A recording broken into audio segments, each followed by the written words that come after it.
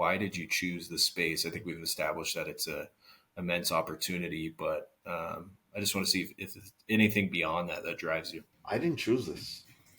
uh, I didn't choose this. It's Okay.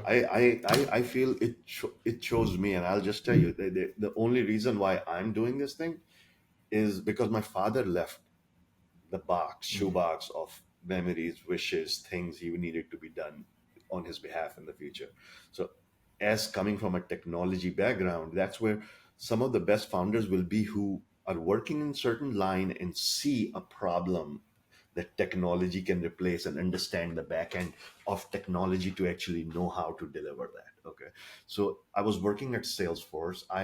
Through this idea and evolution, my thought was, I see how Salesforce can help you deliver everything with between customer and the corporations, right? Like if you're working with AT&T, you don't even know how many companies behind use Salesforce, but they use it. You don't really know Hmm. it. So Yep. we need to apply that same methodology to your family, right? Because when you lose loved one, everyone needs to do things, work together, collaborate. How do you get that done? Put them on digital will and let the technology route things and everything smartly to get things completed. Otherwise, it requires a dedicated person to remember everything and keep things updated. It gives the owner or creator the flexibility and privacy. So if I don't want four people to get access to my iCloud, I give that to my brother and tell him what he needs to do. Yeah. Yeah. And I think at the core of it, right, it sounds like it's the people behind it, right? Because obviously you're dealing with a very delicate situation, but it's a reality that we all face. So It has to I be think it's done great. sensitively, and it has to be done privately, and it has to be done securely as well. So all your digital assets, imagine if that's sitting in somebody's notebook in their home, that's not really safe, or in an Excel spreadsheet. Okay.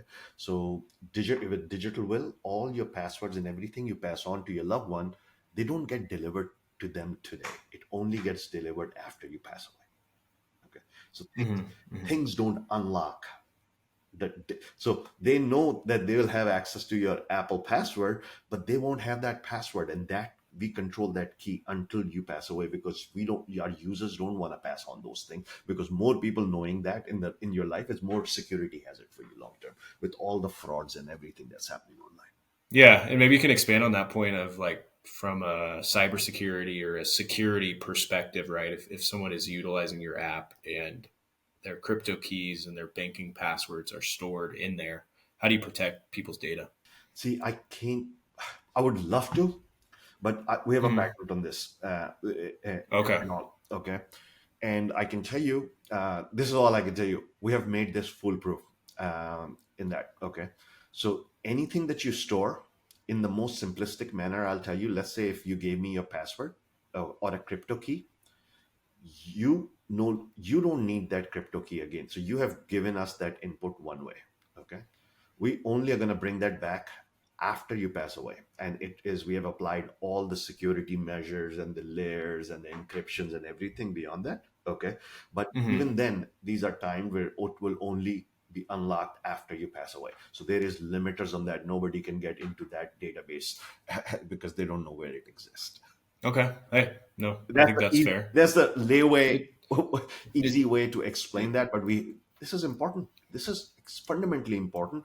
We're going to have financial mhm. institutions behind us who will partner with us ultimately to gain access to some of these things, because insurance companies and all need this access also. Yeah, I mean, it sounds like you've put a lot of thought into it. Obviously, if you're creating something like this that will be at the forefront of the decisions you're making, it sounds like you have it taken care of. So I think that's great.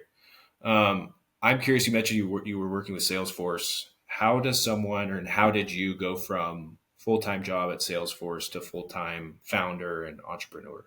What does that take? Stupidity. Okay, So fair enough. Hey, so it's that's like, a real answer. so some of these awards and stuff in the background, I mean, these are sales. So I had a very great job. I had amazing leaders I used to work for. The only problem is that sometimes being a founder, you're not looking to be a founder. It just happens to you, and a light bulb goes on. Okay.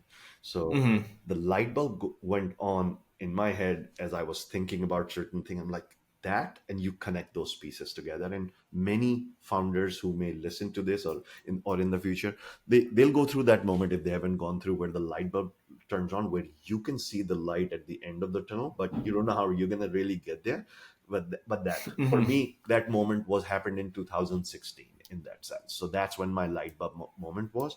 But I'll tell you, once, so I don't give that advice that I don't normally take myself. So I said everyone to be careful when you get into the tech business. It takes a lot of money. So when I had the idea, I didn't just jump into, say, oh, let's go build it and all. I actually left the idea for 6 months and didn't touch it. But I kept going back to that. I need to do something about this. Okay. And in the Mhm. six Mhm. months, during that 6 months, I had to think about that, by going this founder route, how my life will be impacted. Okay. And how this job will literally have to change my life, everything. Or out goes all the social events, friends, hanging out, board leg days, gone. Okay. And gone for years. Mhm. So that's the sacrifice I want every founder who is inspired to do something to think about it, because it's not easy.